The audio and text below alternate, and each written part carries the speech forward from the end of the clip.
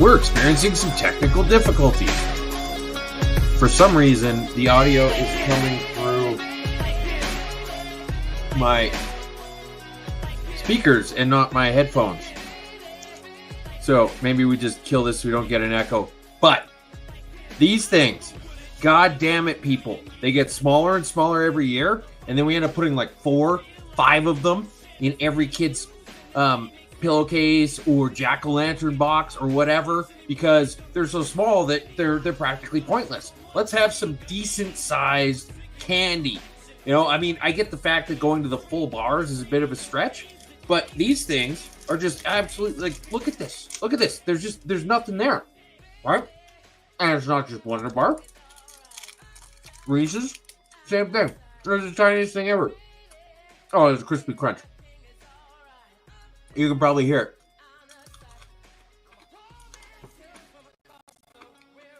There's the Reese's. What is this? Candy for ants?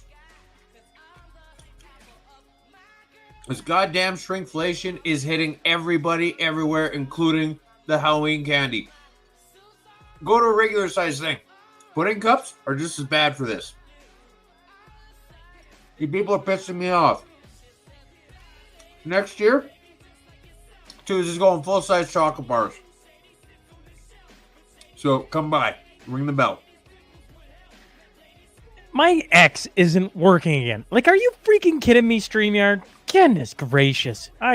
Tooz is worried about small chocolate bars. My X doesn't want to work. What the deuce? Yeah. Anyways, Mashup 131. It's going to be a day, okay? I'm already annoyed. And, yeah, okay. All right, fair enough. Small chocolate bars. X doesn't want to work. I got to drive 3.5 hours to see that guy right there. This guy. Mashup so for those of you who don't know, today we've got hospitality suite at the UCPA Jam. So everybody who's going to say, hey, you know what? I do or don't like what Danielle Smith has or has not been doing. Now is your opportunity. We're going to come say hi. We'll have a few beers. Have a few laughs. Hey, before we get too far, me and you were talking about our theme music, our walking tune, and don't we have to change it now? Because Eminem's like, what the hell's going on? So we're throwing this out to the Mashup people because you people are wonderful. Mm-hmm. We want, I don't know, maybe I'm talking out loud. I'll let Tooz chime in here too. Are we like, let's get somebody from Alberta to make us a kick-ass tune, or are we saying Canada, or are we just saying, hey, we want a kick-ass tune? Why would we even restrict ourselves? Oh, okay, we're not going to restrict ourselves. Okay, fair enough. We're not. Right, I just don't want to hear it in fucking French. I think a French tune. Can you imagine if it was a badass French tune and every time Tuesday? If it was badass, that would be great. That'd be great. Oh. Hey, all right. I'm not restricting. If you got somebody, we're looking for a tune. Essentially, we're looking for a tune because Eminem, and now it's just like, man, why do people have to be? Anyways, well, I can't believe X isn't working on my end. I'm just like, what a shit show. Ugh. Here, let me see if I hit the button up top for it, what happens? I just literally tried renewing the thing on my end. I got to get on to the show. I got lots of driving today. This is not going to ruin my day. All right, an error occurred. Wait a moment, then try it again. Okay, yeah, let's just move forward. Coots 6.5. Of course, we always bring up Christopher Carbert, Anthony Olenek, 2 of the Coots 4, sentenced to 6.5. Here's your weekly reminder that shenanigans continue to occur all across our country. Happy Airborne Friday to Jamie Sinclair and all the other boys up the Johns. Yes.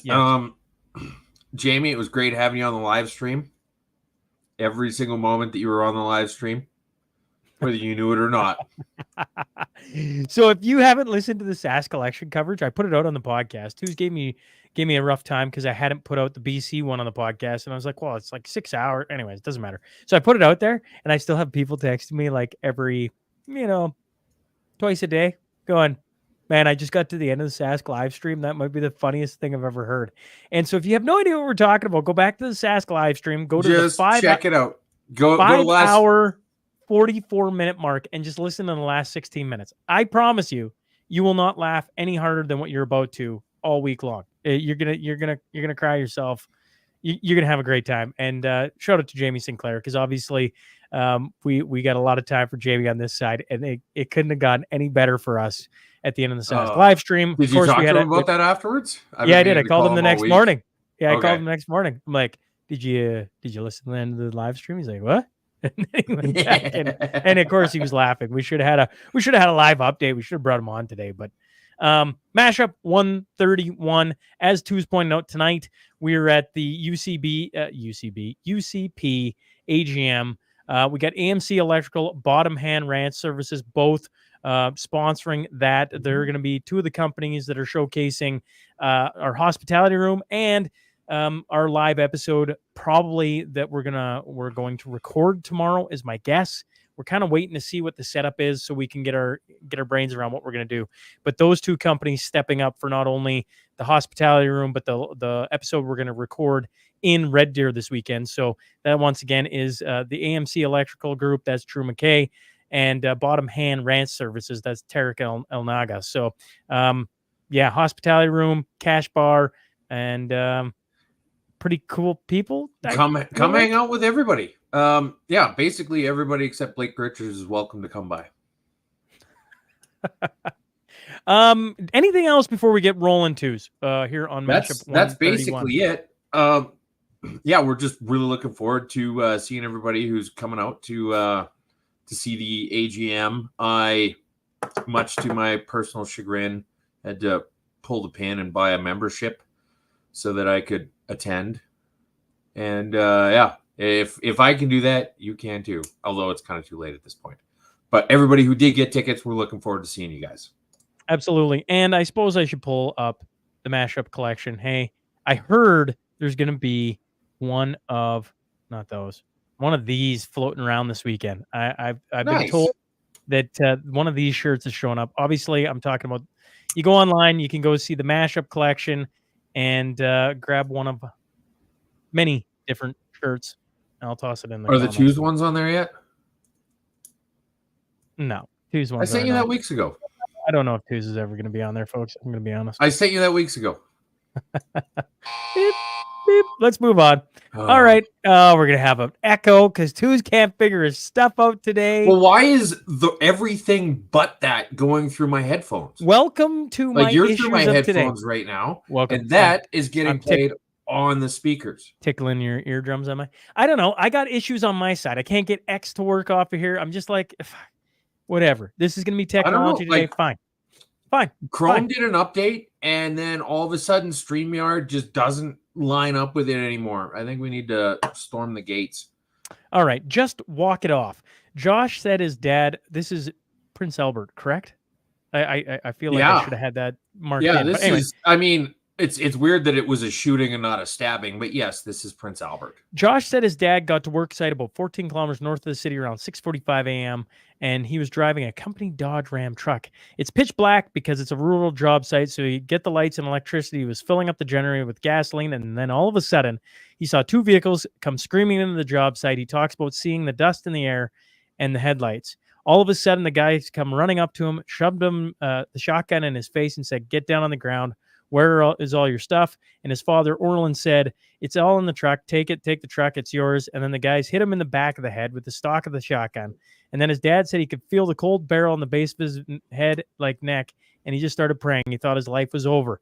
Instead of pulling the trigger, the man ordered Orland to his feet into the trailer. Once they got in the job trailer, the assailant said to him, "Sorry, bro, I got to shoot you." And his dad said he just buried his head and started praying. He got shot and with a shotgun, and then survived all of this. Yes, I mean that's the. And then he was worried that they knew he was still alive, and so he found some baling wire, tied the door shut, waited an hour till he was sure they were all gone, and then walked back to town. Correct. This guy is like legit, and yet they still haven't found the two suspects. Well, found two. They've found two of the suspects. Two are still missing. I should have said. Yeah. So there's your state of Saskatchewan right now. And if you're wondering who the guy is, of course he's a beauty because he's an Oilers fan. No wonder they shot him. Eh? There he is. No wonder they shot him. I had a kid come by last night dressed as Gretzky, and I was like, "Oh, who are you dressed up as?" He said, "Well, it's Wayne Gretzky," and I was like, "Oh, I never heard of the guy, but we only give half as many Canada Oilers fans." That's because that's because you blacked it out, eh? All you Flames fans just blacked out that guy for how many years? Okay, honestly, when it comes to 80s hockey players, you saying that other people are blacked out isn't really the argument you think it is with Grant Fuhr playing net. Sure. It's coming through. It's going to be interesting today.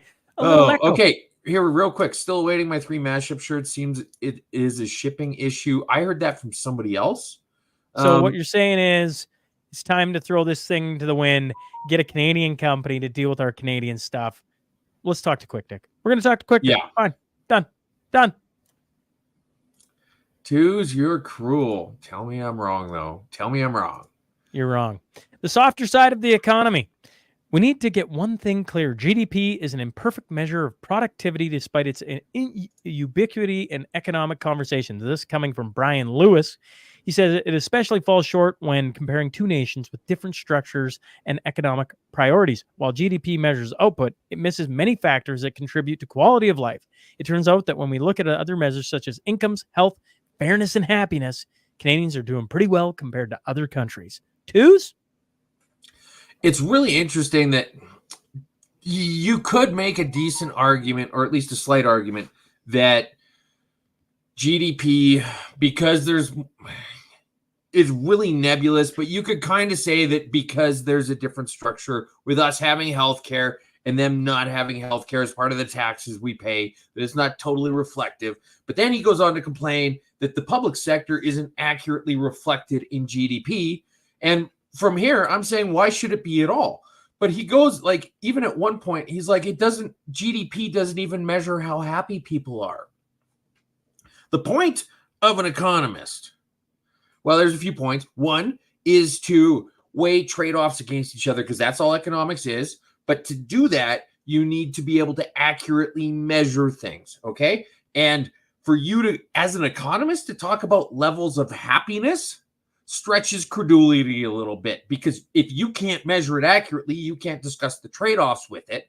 And I think it's fair to say that happiness is a pretty fucking tough thing to measure. So this is just a giant fluff piece in Maclean's saying that, oh, hey, even though you're all poor and broke and going to food banks, the economy isn't as bad when you compare it to comparable nations like the United States, because happiness.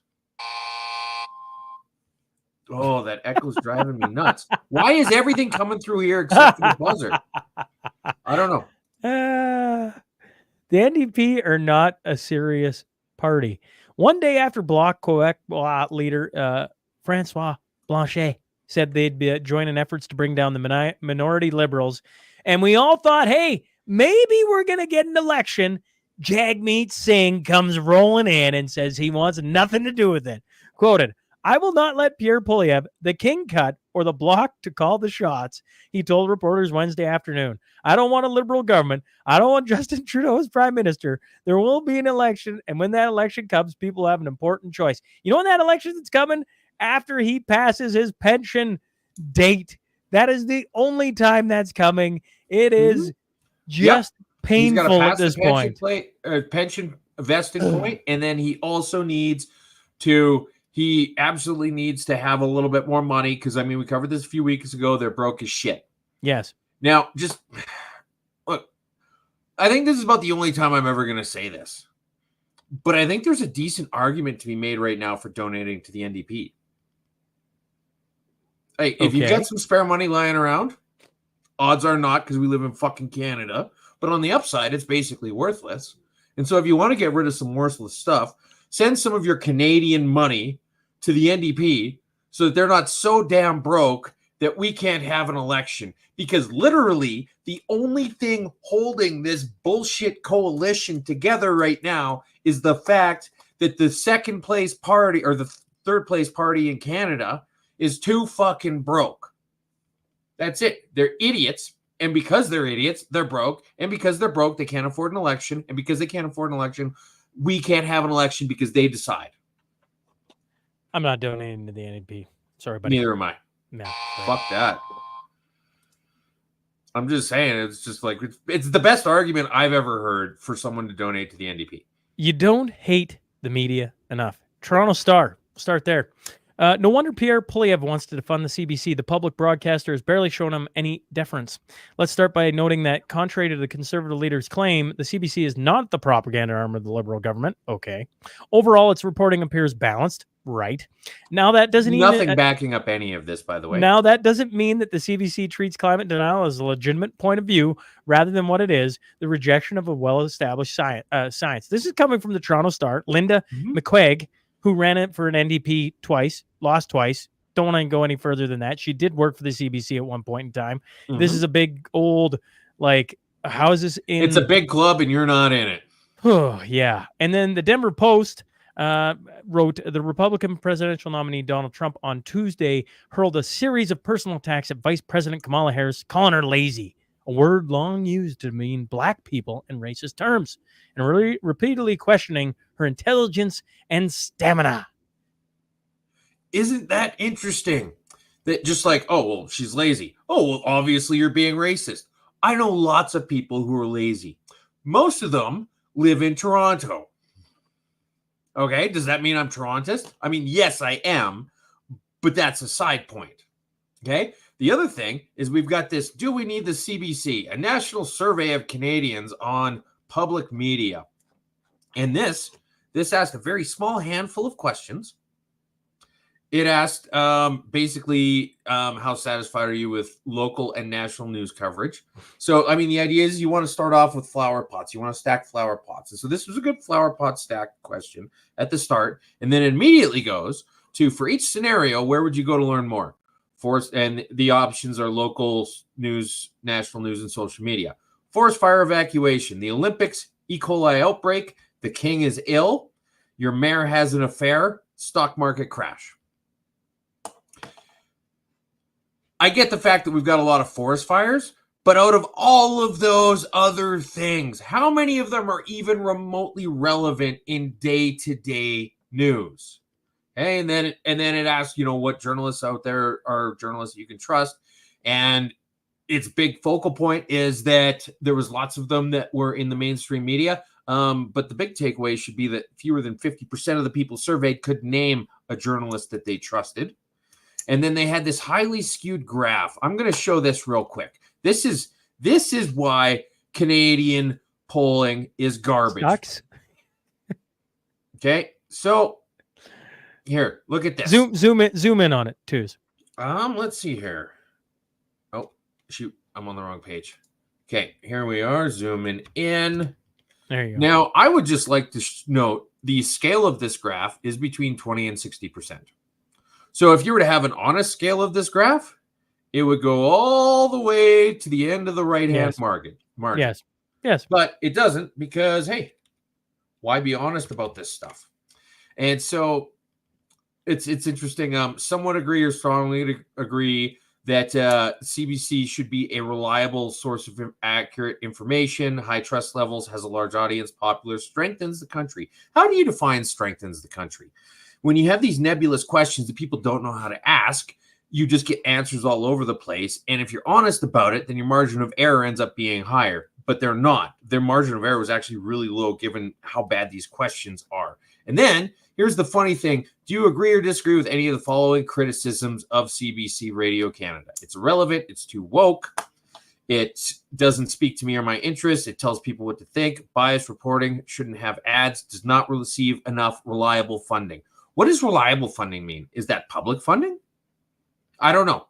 And so you've got these bastardized questions that nobody knows how to answer. And then you use this survey as results as to why people trust media, the thing you definitely don't need to trust in this situation is this.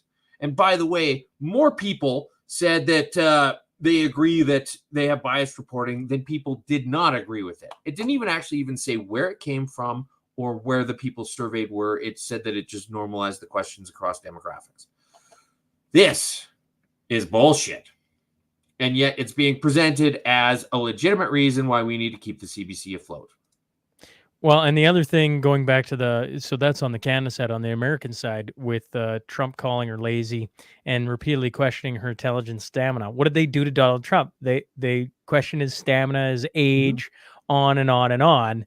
And so it's just interesting. You know, we stare at media all the time and see what they're trying to portray. And defending the CBC is about as big a non-stutter today as ever. And, you know, you go down to the States and you see what they're writing. And it probably goes both ways, but it just seems to be, we see an awful lot that is just absolute BS. Oh, that buzzer's pissing me off. The whistle stops here. The owner of the whistle stop, Chris Scott, is suing the Alberta government for the imposing mandates on businesses during the COVID-19 pandemic. A class action lawsuit on behalf of the businesses was certified by the Alberta Court of King's Bench on Wednesday. The lawsuit is open to all businesses in Alberta that were impacted by pandemic closures.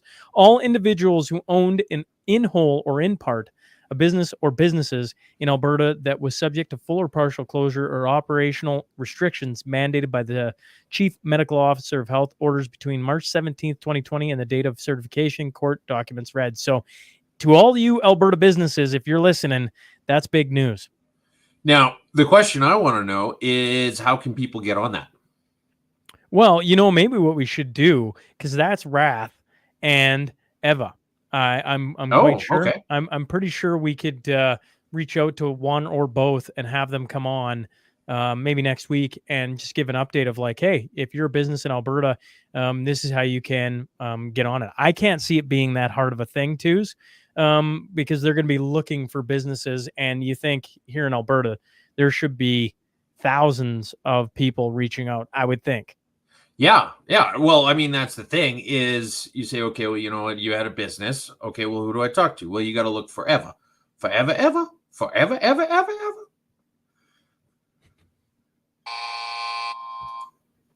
It's a song.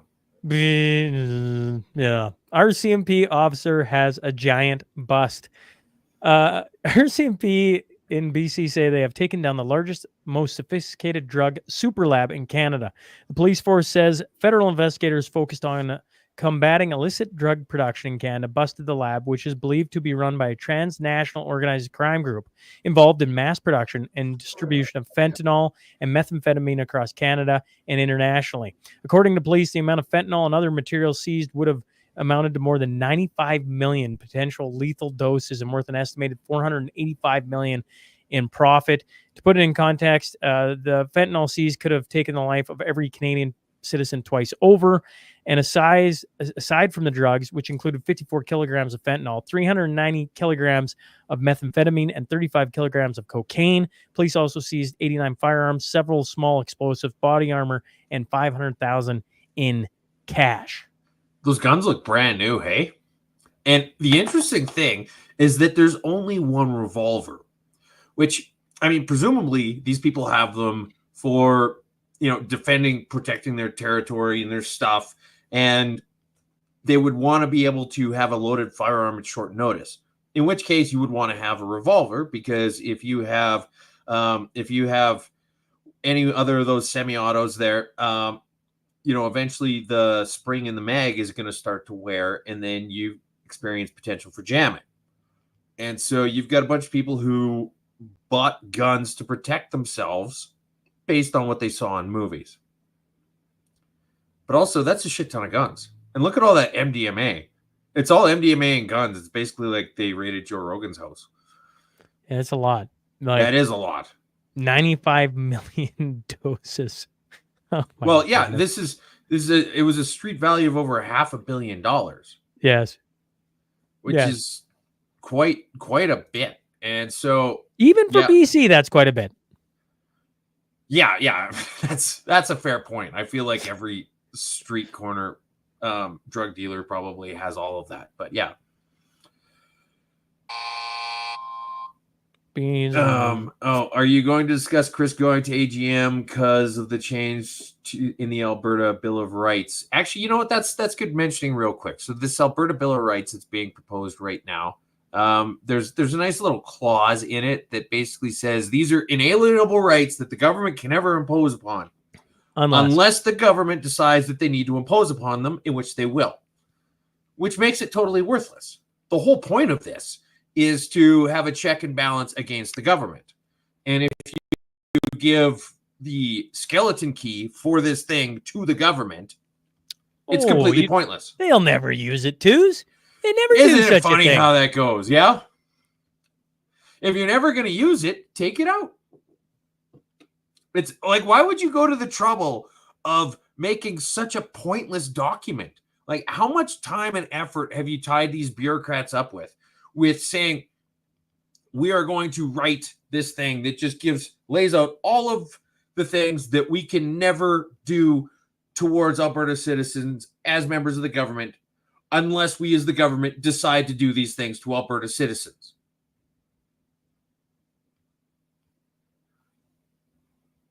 Somebody explain to me what the hell the point of that is. I need Leighton Gray to come on. Maybe we're just going to have a whole roundtable next week about all this stuff. We're going to see. Hopefully this weekend, folks, we run into a bunch of these people.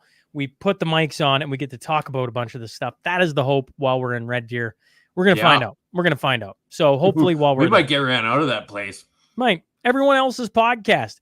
This is funny because I've been joking about how much money could we get from the mashup to do, exactly what we're doing.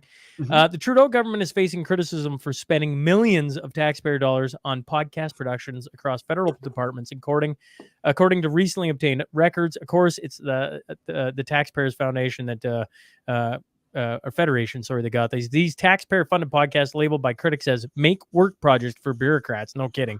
Have sparked public debate about government spending. And here's a couple. Statistics Canada's The A Sayers podcast, for example, has covered topics like gender identity. Okay. This is from Statistics Canada. Right. Gender identity, climate change, and misinformation across 21 episodes since January 2021. You know how much that cost? Nearly $1 million for 21 episodes. I'm like, okay, think about that. We've done 131. We could have had $6.5 million. Correct.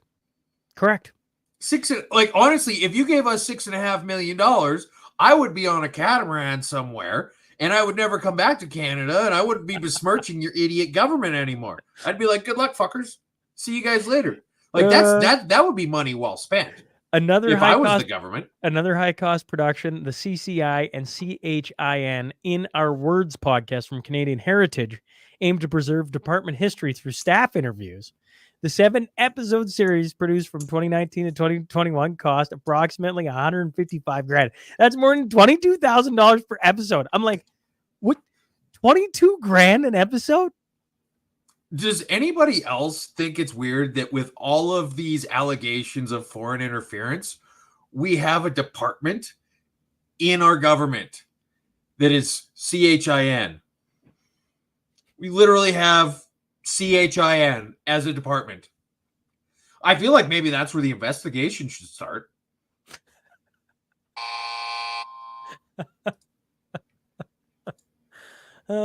Meet the new ads, same as the old ads. The Liberal Party is preparing to launch an ad campaign to fight back against the high-flying Conservatives and close a polling gap that suggests it's on track to lose it big if an election is called soon. You think? Like, I want to know how they're going to try and close. What an understatement! Hey? Oh my goodness, Liberal! Like, I just can't imagine writing this. Liberal MPs heard today from Andrew Bevan, the party's recently appointed campaign director, about what the party has planned to try and claw its way back in contention. Maybe getting rid of your leader would be a start. Hey, just saying. I think we sort of brought a knife to a gunfight so far on how that's not a knife. That's not a gun. That's a knife. Anyways, sorry. That's the wrong movie, but yeah. That's Simpsons. That's not a knife. That's a spoon. See, you played knife and spoony before. I'm having fun on this side, folks. I think we sort of brought a knife to a gunfight so far as on how we're approaching advertising and how we're approaching the campaign in general, said Liberal MP Erskine Smith, as he told reporters after the meeting with Bevan. And then as the article went down in 2023, this is really interesting. The Liberals just spent $381,000 on advertising. Any guesses on how much the Conservatives spent in that time? I mean, I know because I read the article. 8.5 million, folks. 8.5 million versus under 400,000. So here's the thing: is that the Conservatives have shit tons of cash right now because everybody's donating to them because they want the Liberals to lose, and you're limited in how much you can spend during. Once the writ gets dropped, you're limited on how much you can spend. Kind of even the playing field out, and so if you can only spend this much money, you set aside that much money. And then for the whole rest of it, you're like, okay, well, let's just spend as much money as possible leading up to it. They should donate some of that to the NDP. Give them $1 million and be like, listen, but you call the election in 2 days. Yeah, you can afford to have an election now, you fucking bums. But okay, well, I'm really looking forward to seeing what they come up with, because the guy they've got putting this all together used to be the strategy manager or whatever his specific title was for Kathleen Wynne, who, as you guys may recall, was an absolute dumpster fire and a disgrace on her way out as Liberal fuck everything up of Toronto before she was succeeded by Doug Ford, who does not... Can we make it illegal for parties to be calling themselves conservative if they don't do anything conservative? Can we just start with that? Yeah. That'd be interesting. Okay, but anyway, I'm curious to see how this unfolds and if any of it actually comes across as being good or if they look like a bunch of idiots. I feel like they're going to try and take things out of context that Polyev said 26 years ago. Probably. DC goes down the drain. The Canadian dairy farmers sent more than 6.8 billion liters of surplus milk down the drain between 2012 and 2021. Think about that. That's a lot, folks. A rate of milk dumping higher than the U.S. and other major dairy countries. That's the estimation researchers who compared the total milk production of Canada's national dairy herd with the actual amount of milk that goes out the farm gate. The quantity of wasted milk, 6.8 billion liters, would be worth $14.9 billion, fill over 2,700 Olympic-sized swimming pools, and feed 4.2 million people annually. The lost milk equivalent is 7% of Canada's milk production, and that exceeds on-farm milk dumping rate in the U.S., which is at 0.5%, Sweden 0.3%, Finland 0.5%, and Scotland 1.8%, France the closest 3.5%. Okay, so the reason why, if you talk to somebody in the dairy cartel, like our friend DC, he'll say that the issue is that they're really limited in capacity for the, not refineries, but whatever the hell you call it, the place they take the milk from the farm to treat it and pasteurize it and put it into cartons and send it off.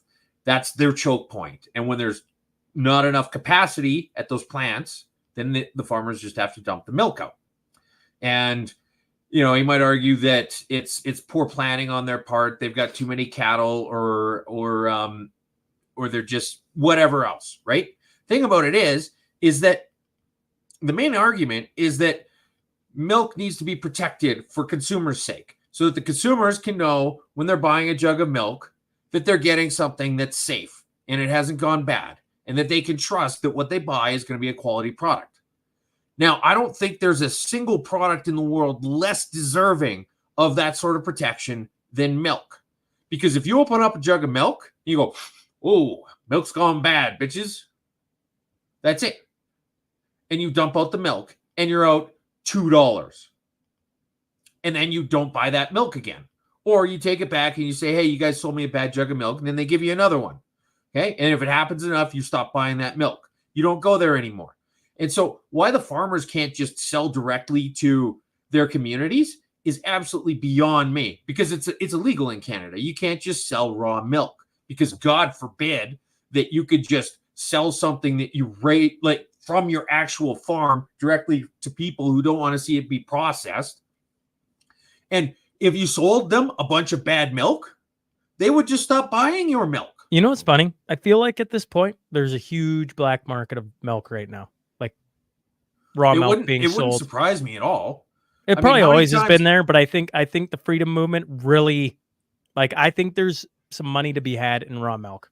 I mean, how many times do you go over to a friend neighbor's house for coffee, and they're like, "Hey, you want some milk?" I'm like, "What kind of milk you got?" They're like, "The good kind." And then you guys have some milk. The good kind. And that's the thing. It's not, oh, it's just raw milk. They're like, oh, yeah, sorry. All we have is just the stuff that came directly from the cow. We don't have any of the store-bought stuff. It's like, you got to check out this raw milk every single time. And so, anyway, your cost of getting a shit jug of milk is very low. This past summer when I was at the Bitcoin rodeo, went to, like, I don't know, after party with the Bitcoiners, and you know what was there? Raw milk. I'm like, what is this? I'm like, they're, you know, and they're like, oh, it's raw milk. You ever tried it? I'm like, yeah. I come for yeah, I've had it. Do you want some? I'm like, well, yeah, I feel like it's kind of like orientation right now. If you're not going to drink the raw milk, you're out the group, right? Yeah, so I just feel like they're probably trading Bitcoin for raw milk right now. You know? It's great. Well, I mean, well, that's exactly it. So you've got this product that has very little cost of consumer protection, right? You know, worst case scenario, the consumer's out a couple bucks and he never goes back to that place again. And instead, you've got a multi-billion-dollar industry regulating it for no purpose whatsoever other than to enrich themselves so that they can further donate to the establishment parties and prop up fucking Quebec.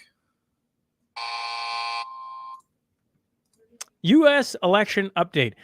There's two things here. First, 2 American women were dragged off a British Airways flight by police after having a brawl over one of them wearing a bright red MAGA hat, according to a report. So there's that. 2 women of all. Yeah. So this woman was wearing a MAGA hat on the plane, and then some other one was like, "You need to take that off," and she wouldn't. And then she wouldn't, and so the other woman started throwing fisticuffs. She started defending herself. They threw both of them off the plane, and they both weren't sent on their flights. So just like imagine that. It's not the woman who wore the MAGA hat got punished essentially. Yes. And then the other part of this is MSNBC showing video of Trump's rally at New York in Madison Square Gardens and comparing it to what happened with the Nazi Party and Hitler being there. What would that be? 80 years ago. That's what they compared it to. That is wild. Oh, it's insane. Like just check this out here for a sec. But that jamboree happening right now, you see it there on your screen, in that place is particularly chilling because in 1939, more than 20,000 supporters of a different fascist leader, Adolf Hitler, packed the garden for a so-called pro-America rally. You know, that was literally an MSNBC.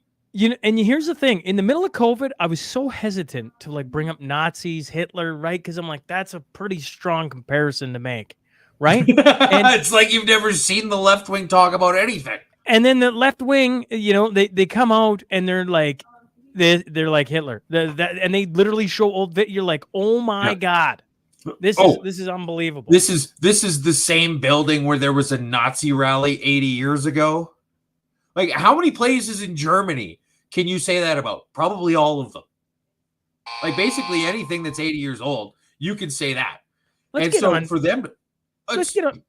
I want to get some code. It doesn't matter. Okay. It doesn't matter. Right. I want to get it on some co-vindication. I want co-vindication. Idaho's Southwest District Health will no longer offer COVID-19 vaccines after its board voted 4-3 last week to pull the shots from the 30 locations where it provides healthcare services. It's the first health agency in America to do that. Laura Demaray, a Southwest Idaho resident and nurse who attended the October 22nd vote, said. That's pretty cool. Now, obviously, in the state, you can still get the shot. That's not what it's saying. It's saying at these locations, they no longer offer it. That is the first spot in all of North America to do that, as far as we know. That's big news to us. The argument being that by offering the shot, you're providing a tacit endorsement to it, and they didn't want to be associated with that, given the fact that there are some unsubstantiated claims that things aren't exactly going well for everybody. Unsubstantiated claims. Yes. There's starting to be some reports trickling in, Sean, of people feeling a little bit woozy afterwards. The Empire strikes back. Canada Post has presented its latest contract offer in labor negotiations with the Canadian Union of Postal Workers less than a week after the union received a strike mandate from workers in a bid to reach a new deal without a labor disruption. The latest proposal includes annual wage increases amounting to 11.5% over 4 years. This is the same Crown Corporation that has said in recent news it lost $490 million in the first half of 2024, in addition to the $3 billion it lost between 2018 and 2023. 748 million of that was in 2023. So this is a company, a Crown Corporation. So when they lose money hand over fist, guess who pays for it? We do. You, me, everybody watching. So we're on the hook for them sucking, because they do. They suck the money right out of us, if nothing else. Yeah. They lost $500 million in the first half of the year. Right? And they're striking because they want more money. They're getting an 11.5% raise and guarantees, job guarantees, because let's face it, nobody's using the mail anymore. At what point do we cut them off and say you guys are no longer relevant? Like this is the buggy whip argument. With the buggy, like they're just this anachronistic remnant of the past that's no longer relevant at all. And even within their limited scope, they fucking suck at it. The only thing they do is a shitty job of handling mail-in ballots at this point. They're doing a pretty good job of that. Hey, they're going to go on strike? Who the fuck's even going to notice? Be like, oh, yeah, I got something in the mail. It took like 3 weeks to get here. Oh, why is that? Oh, well, I don't know. I'm not sure if they were on strike or if it's just because they always suck that much.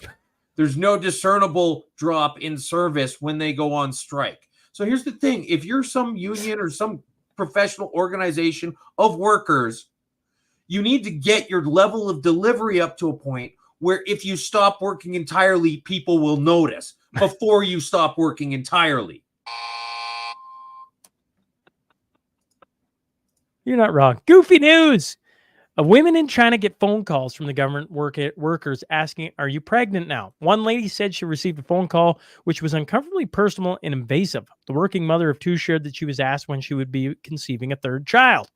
Next, BC store closed after person lights toilet paper aisle on fire. Yeah, well, there you go. There's another way of how having much money that would have cost them in 2020. There's another way to have a scare of, we're running out of toilet paper. Fire sale. Russia fines Google 20.5 decillion, more than the entire world's GDP, for allegedly blocking Kremlin propaganda. A Russian court has ordered Google to pay a fine worth more than the entire world's GDP, with an additional 1 million daily penalty after the tech giant allegedly barred pro-Moscow propaganda channels on YouTube. So just so we're absolutely clear, that is if you add up every dollar that every person on the planet makes. So the Oprah Winfrey's all the way down to the slave labor in cobalt mines. Yes. If you add up all of that across every nation on the planet, that for a year, that is more than what Google was fined in Russia, which is just absolutely ludicrous. I'm trying to find, do you have the video twos of the encampment? I do. I got it. Pull it up, because this is crazy too. In my experience with the encampment team so far, I haven't seen any. Keep talking. Well, I was gonna say, like we've stared at all these encampments, and you're like, I've driven around a couple times where you're like, hey, like if I was homeless, this is where I'd live. This encampment is very, very well done. Oh, it looks like it's basically like where Robin Williams hung out with all the Lost Boys in Hook, like on steroids. So it's just in this wooded area, kind of off to the side of the industrial parks. They got batteries, they got solar panels, they've got working kitchen appliances, and it's like the coolest fort you've ever seen in your life. Yeah, I'm not even mad about this. I watched it. I'm like, man, look at this. Look at this. There's a washing machine in the corner. The cop literally says, well, it's not safe. And I'm like, not safe, man. That looks like it's built well. And they were, it's got a fireplace. I'm like, are you kidding me? Like they even went to the trouble of putting in a flue. And then there's a half-naked woman in the background, like on the wall. They've even got it decorated. Like, did you see that woman on the wallpaper? They've got tiled floors. Imagine you're a kid, you're building a fort out in the pasture, and you put tiled floors in it. This is incredible. Imagine if they put this amount of time and effort into not being crackheads. Although I will say, like, if you're all jacked up on methamphetamines all the time and you're sitting out in the woods with absolutely nothing to do, yeah, sure, you're probably going to build the fucking Coliseum. Why not? I'm awake for 23 hours a day and I've got nothing to do. And all I have is this little saw and a chisel. Let's see what we can build. Jesus Christ. Like, I'm just impressed. Like, why can't we get Canada Post workers addicted to crack? And let's see how well the Postal Service turns around. And before we the last one on Goofy News, Javier Malay calls socialists the short penis club. That was also in there. That was kind of funny. He went off. Yes, he says you have to understand is that when these resentful, envious leftists appear, which I usually call the short penis club, fair, because basically, who claims for the average dick size? The ones with the smallest one. The one who's above average is not going to say, come here and cut it off. So basically, it's just that, if you've got a giant dick, you're not going to ask for the average size dick. The only time you want to have an average size dick is if you already have a tiny dick. March01 says that is a really well done encampment, living off grid the way it should be. And I like this one. Carol Scobie says a bug out spot. I'm like, yeah, like, I mean, that was well done. It was well done. I mean, you should see about having a couple of those guys over for the S&P Presents. Just talking about. Hey, is that what you guys did with your stuff? I'm wondering if you'd love to come talk at the S&P Cornerstone event in Calgary. Yeah. That'd be fantastic. Yeah, that'd be good. Yeah.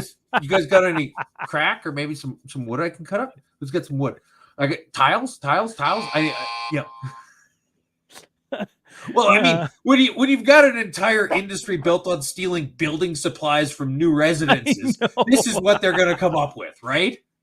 I'm like, I wonder how much they paid for all that. Oh, wait, they stole it all.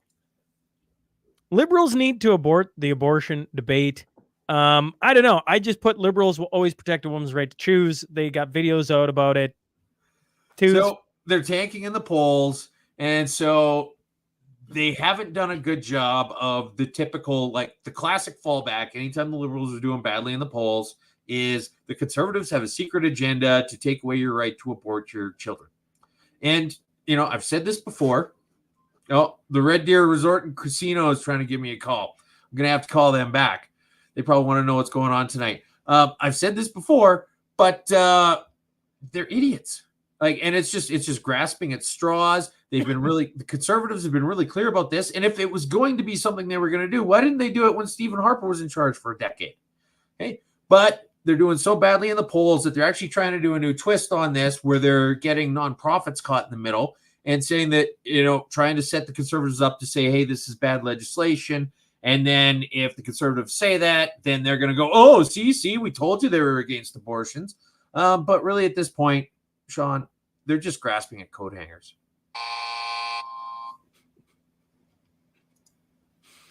Update, the Green Slush Fund.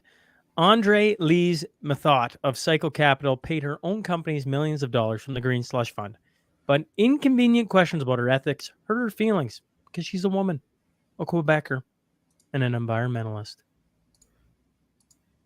Yes. I'm going to show you guys this real quick. Just bask in how fucking... This is a woman who got busted for funneling literally hundreds of thousands of dollars into her own personal companies as a supposed, what do you call it?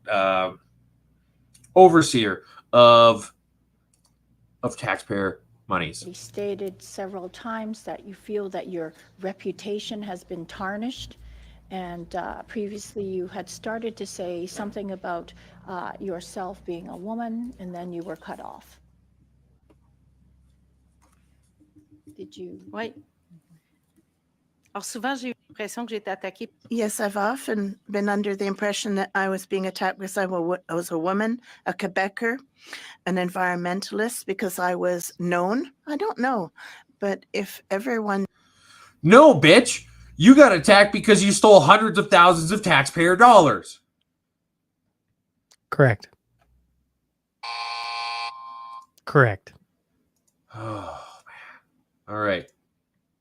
The happy news. You're probably going, happy news already? Yes. We got to be in Red Deer. We got a big day today. We got a big day today, folks. I hope we're going to see you there. We're going to start. Okay, well, I'm going to pull it up. I'm just going to show the video. Twos can talk to it. First, we'll start with this. This is wild. So I don't know who 2 Liter Soda Dad is, but apparently the dude. This is a crazy amount of chips, man, and pop, and it's in Calgary, correct? Was that like? Yeah, it says 2 Liter Soda Dad in Calgary has an impressive stack of chips and pops for this year's Halloween. Like look at this. The whole house is just stacked to the roof with all of this stuff. Yeah. And then there he is. Oh, Red Deer Casino calling me too. They're all looking for us, Twos. I don't know. Sorry, I guess you guys aren't watching right now, but you should be, and we'll call you right back. Yeah, I guess so. So there's that. Okay, that's one of them. The next, oh come on, get out of here, get out of here. The next is this guy. This is cool. Okay, Ray Swingle, a Pennsylvania hunter. He tagged a buck this year after celebrating his 101st birthday. So that's pretty cool, man. Still out there giving her at 101. Hats off to that man. What is it with U.S. bucks and having super tiny brow tines? I mean, it's crazy. I mean, it almost it's a trophy by Pennsylvania standards, but you'd let that one go right past you here in Canada. But still, regardless, good for him. Well done. Yes. And then Colin Farrell crossed the Dublin Marathon finish line in just over 4 hours, pushing his friend Emma Fogarty, who suffers from a rare skin condition called epidermolysis bullosa, in a wheelchair for the last 4K of the race. Yes, that's Colin Farrell of In Bruges, and he was In Bruges. That's the movie you pick. That's interesting. He's literally the main character in the new HBO series, The Penguin. Okay, well, do you want me to say he was also in Daredevil? Yeah, you could do that too. In Bruges. I'm like, how many people have seen In Bruges? Sadly, I have. But how many other people in Bruges? What do you mean, sadly? In Bruges. Yeah, I can't believe that's the movie. Sadly. Happy news is going to bring up In Bruges. Christ. Oh my goodness. This Yahoo. That's what I got to deal with today. That's who we're going to be. We're going to be sitting in Red Deer. You enjoy the show. Oh, and wait a second. I'll throw one more. Seriously, you're going to skip on the last one? A crosswalk to be proud of. First in Hamilton. Best crosswalk in the cities, lest we forget, for November 11th. There you go. Okay. Now, this legitimately makes me wonder if I'm a hypocrite. Because if I saw somebody doing blackies on this... Yeah, we'd have words, wouldn't we? We would have words. It wouldn't be... It would... Yeah. I can't believe somebody in Bruges was an awesome movie. Get out of here. Get out of here. In Bruges. Yeah, and here we go. Many one-liners. Oh my goodness. Okay, but yeah, so this Trisha Rue, we'll see you guys in Red Deer. Oh yeah, absolutely. Trisha. Looking forward to seeing you guys. But I mean, that crosswalk is an absolute beauty, and I love it. Yeah, it is. Yeah, it is. And then, but yeah, I gotta do some self-reflection here and wonder how big of a hypocrite I am, because I look at that and I'm like, that's well done and it's great and I love it, and I would be very, very upset if somebody did the gay pride skid marks on it. I agree. Now, we have hours until we're in Red Deer. We got to get moving, which means Mashup 131 for the first time in a very long time. We're going to be under an hour, Twos. So we hope to see you all in Red Deer tonight. We hope Twos gets his act together. Twos gets his act together? Correct. Twos gets his act together. Twos gets his act together. In Bruges. All right. Seriously, I'm going to watch that movie while you know what? I'm probably going to go back and watch it, and I'll probably enjoy it more now because of this. At the same time. Oh, my goodness. Oh. Sarker's now emailing me. So Red Deer Inn and Casino, we're coming for you. We're going to give you a call in like 2 minutes, Sarker. We're going to see you there tonight. Folks, it's been a pleasure. We'll catch up to you hopefully tonight, if not next week. Mashup 131 in the bag. Until Earl showed up just in time. And thanks, Carol. Appreciate that.